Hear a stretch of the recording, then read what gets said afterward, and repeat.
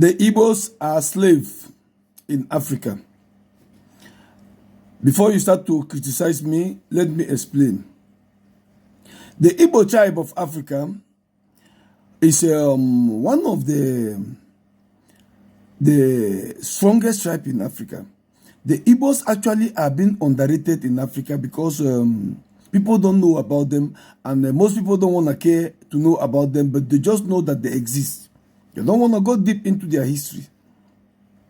Actually, the Igbo tribe in Africa has been, Igbo is dated far back as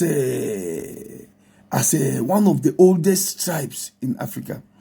And if you follow up, the culture of the Igbo man is the culture of one of the ancient culture of the world, of which the Europeans have realized that actually the word called democracy was adopted from the Igbo, because the Igbos have been practicing democracy from the beginning of this world.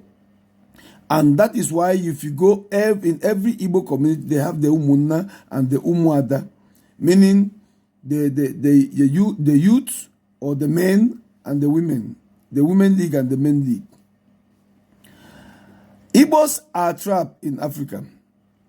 There is a country called Nigeria in Africa. This country is a business formed by the British. Actually, the business was being called Liver Brothers. It's a business owned by the Liver Brothers of England.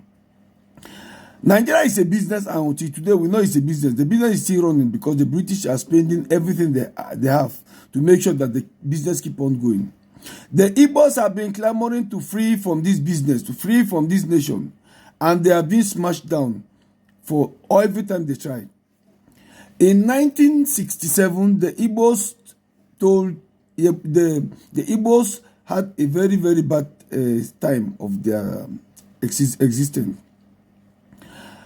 There was this up and down in Nigeria then, and they finally agreed to go to Aburi in Ghana to decide what is going to happen about the fate of Nigeria. So our leader then, the great Odumegwu Ojukwu and Gowon, went to Aburi, and they agreed. They had an agreement that they will start to practice regional governance.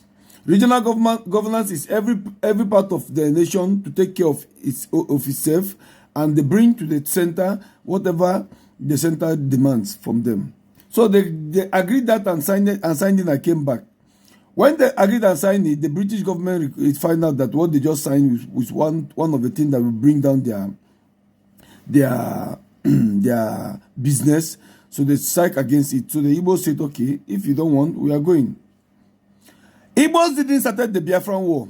The British brought the Biafran War to the Igbo, because the Igbos just told them they want to be on their own. They don't want to mingle with this mess called Nigeria anymore.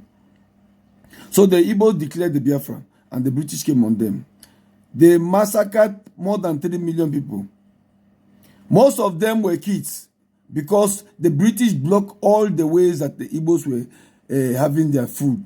And whenever you deprive people from having their food, you want to wipe them all out from this earth. Today, when I see some Igbo people who still say that the Nigeria want Nigeria, or the Nigeria love them, I tell them, go and do your research. Do your research and just Google Asaba Massacre. Just 2 words, Asaba Massacre. After this war, the British sent the Nigeria troop to come to Asaba. They came to Asaba. They called everybody that they want to make peace, and everybody was happy. They separated the women and the men. They sent the women and the children home, and they kept the men, and they started firing. People who don't want you will always try any way to bring you down. The Igbos are just lucky to still be in existence, not to even talk of today that they are the richest tribe in Africa. But they are very lucky because they are smart and they are wise.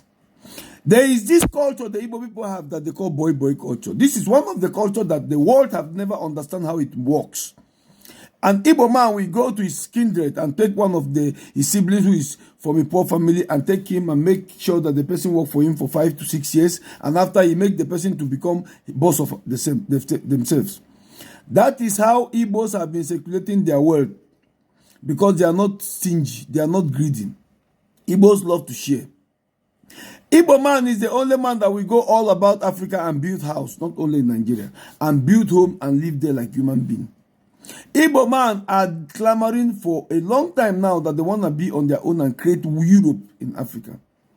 But British is finding it all. They are doing everything they can do to make sure that they stop them. You can stay for a decade or 10 decades or 100 decades trying to stop somebody, but that person's dream is to become free. One day, the Igbos must become free in Africa. Thank you.